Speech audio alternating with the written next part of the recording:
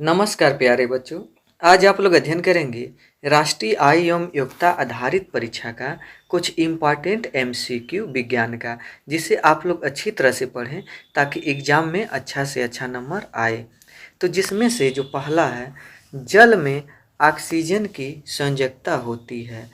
तो जल में ऑक्सीजन की जो संयोजकता होती है वह 2 होती है, क्योंकि ऑक्सीजन जो है वो 6वें नंबर पर या इसमें 2 ही होती है।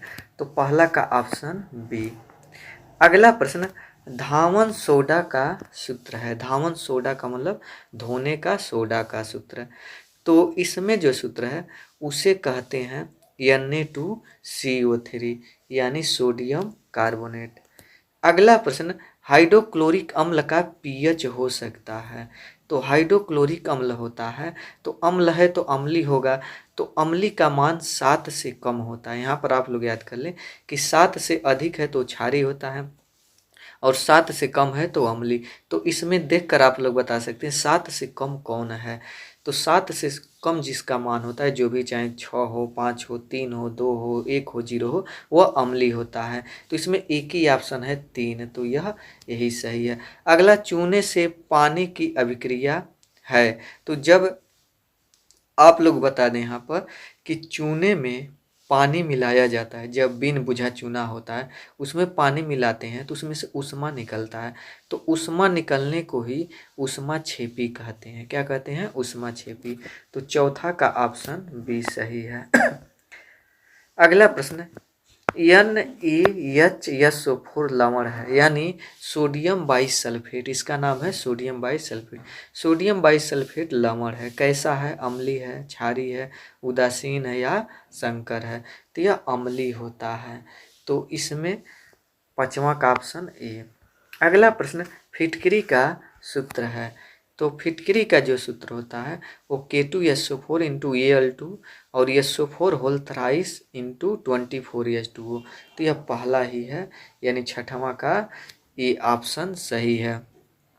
अगला प्रश्न, इसमें सिरके में उपस्थित होता है। तो सिरके में एसिटिक अम्ल उपस्थित होता है। तो 7वां का ऑप्शन सी सही है। फिर अगले प्रश्न की ओर चलते हैं। तो अगला प्रश्न इसमें है, शुद्ध जल का पीएच मान है। शुद्ध जल का पीएच मान कितना होता है?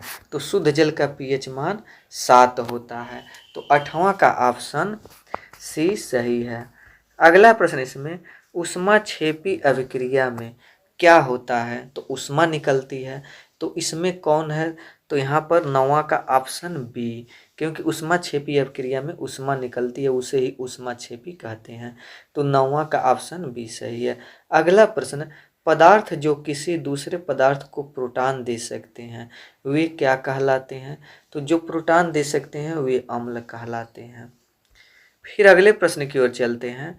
तो अगला प्रश्न इसमें है कि साल्ट केक है। साल्ट केक क्या है? तो साल्ट केक किसको कहते हैं? तो सोडियम सल्फेट को साल्ट केक कहते हैं। तो 11वां का ऑप्शन बी सही है। फिर अगला प्रश्न इसमें है कि कैल्शियम हाइड्रोक्साइड का रासायनिक सूत्र है। तो कैल्शियम हाइड्रोक्साइड का रासायनिक सूत्र जो है वो CaOH होल ट्वाइस है। तो इसमें 12वां का ऑप्शन डी। अगला प्रश्न इसमें है कि किस तत्व के वाहक कक्षा में 8 इलेक्ट्रॉन होते हैं? तो वही जो किसी से क्रिया न करे उसी के कक्षा में 8 इलेक्ट्रॉन होते हैं, यानी जो किसी से रिएक्शन ही ना करे। तो कौन रिएक्शन नहीं करता है? तो नियान। नियान एक गैस है। तो 13वां का ऑप्शन बी सही है। अगला प्रश्न, कौन सा कण विद्युत उदासीन होता है?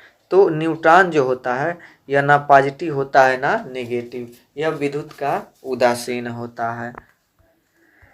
अगले प्रश्न की ओर चलते हैं। तो इसमें अगला प्रश्न है, सोडियम जल से क्रिया करके बनाता है। तो सोडियम जल से क्रिया करके सोडियम हाइड्रोक्साइड बनाता है। तो इसमें 15वां का ऑप्शन ए सही है।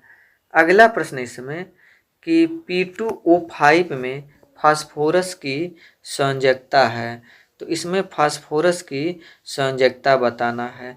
तो फास्फोरस की संयोजकता कितना होती है, 5 होती है, इसमें है। कैसे पता करेंगे, तो ऐसे P लिख देते हैं और O लिख देते हैं। तो यहाँ पर P की संयोजकता 5 होती है और O की -2 होती है। अब क्रॉस ऐसे मल्टीप्लाई कराएंगे, तो क्रॉस मल्टीप्लाई करेंगे तो P का 2 में कराएंगे तो P2 होगा और O का 5 में कराएंगे तो 5 होगा। यानी इसी तरह से मालूम चल रहा है। तो ऑक्सीजन की संयोजकता कितना होगी, नहीं ऑक्सीजन नहीं कह रहा है, फास्फोरस कह रहा है, तो फास्फोरस का कितना होगा, 5 होगा।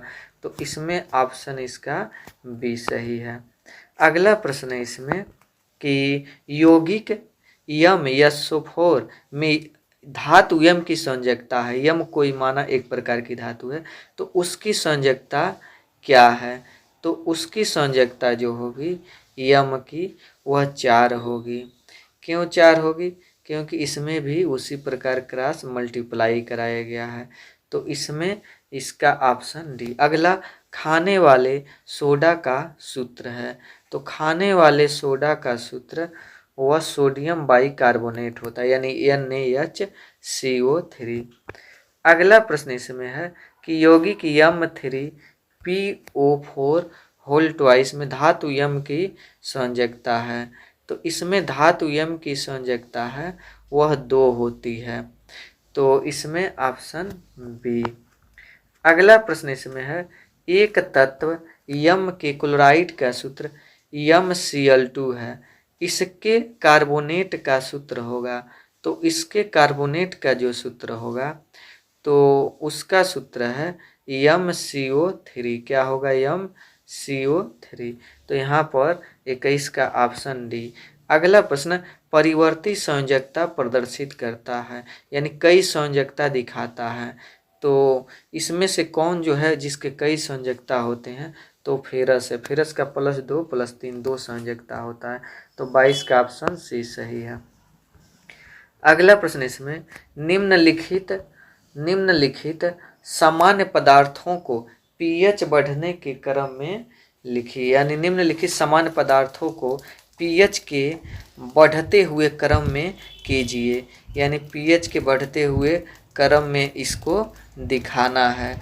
तो यहाँ पर जो है मिल्क ऑफ मैग्नीशिया जो सबसे बड़ा इसका पीएच होता है, तो इसमें जो है 23 का ऑप्शन सी।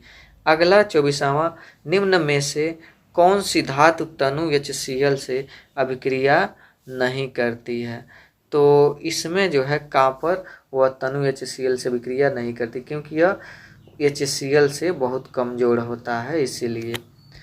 फिर अगले प्रश्न की ओर चलते हैं। तो इसमें जो है कि जब तांबे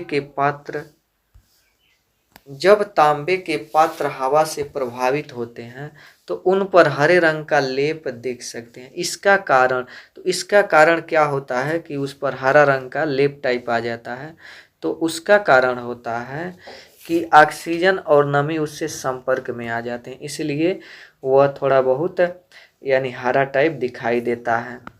अगला प्रश्न लाइम वाटर का रासायनिक सूत्र है। लाइम वाटर का रासायनिक सूत्र क्या होता है, तो लाइम वाटर का जो रासायनिक सूत्र है वो CaOH होल ट्वाइस होता है, यानी 26 का ऑप्शन सी।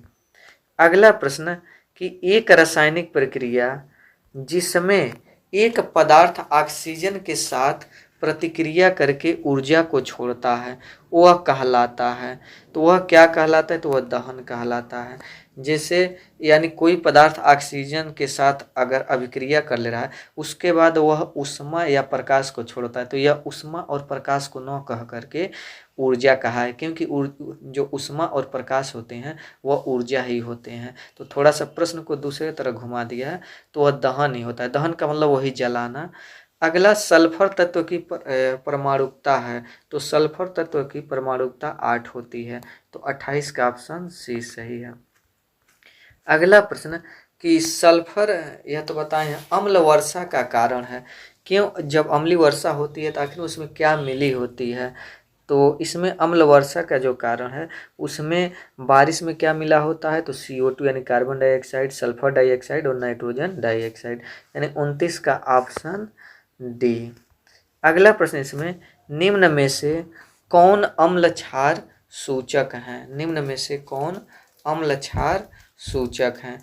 तो इसमें 37 का ऑप्शन सी यानी हल्दी, हल्दी को अम्ल क्षार सूचक यह पहचान करा देता है।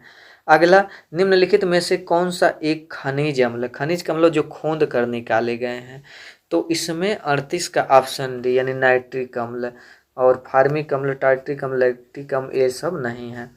अगला प्रश्न है कि निम्न में से कौन सा अम्ल पीने के लिए खतरनाक नहीं है? तो इसमें जो है कार्बोनिक अम्ल पीने के लिए खतरनाक नहीं है। चींटी के डंक में कौन सा अम्ल मौजूद होता है? तो चींटी के डंक में फार्मिक अम्ल मौजूद होता है। तो 41 का ऑप्शन ए सही है। अगला प्रश्न, कौन सा सूचक मूल विलयन में गुलाबी रंग देता है? तो इसमें से जो है फिनाप्थेलिन जो है वह मूल विलयन में गुलाबी रंग देता है। अगला प्रश्न है, मोम का पिघलना किस प्रकार का परिवर्तन है, भौतिक या रासायनिक? तो वह है भौतिक परिवर्तन। अगला, एक रासायनिक परिवर्तन का उदाहरण दीजिए। तो इसमें 45 का ऑप्शन है सी यानी लोहे पर जंग लगना।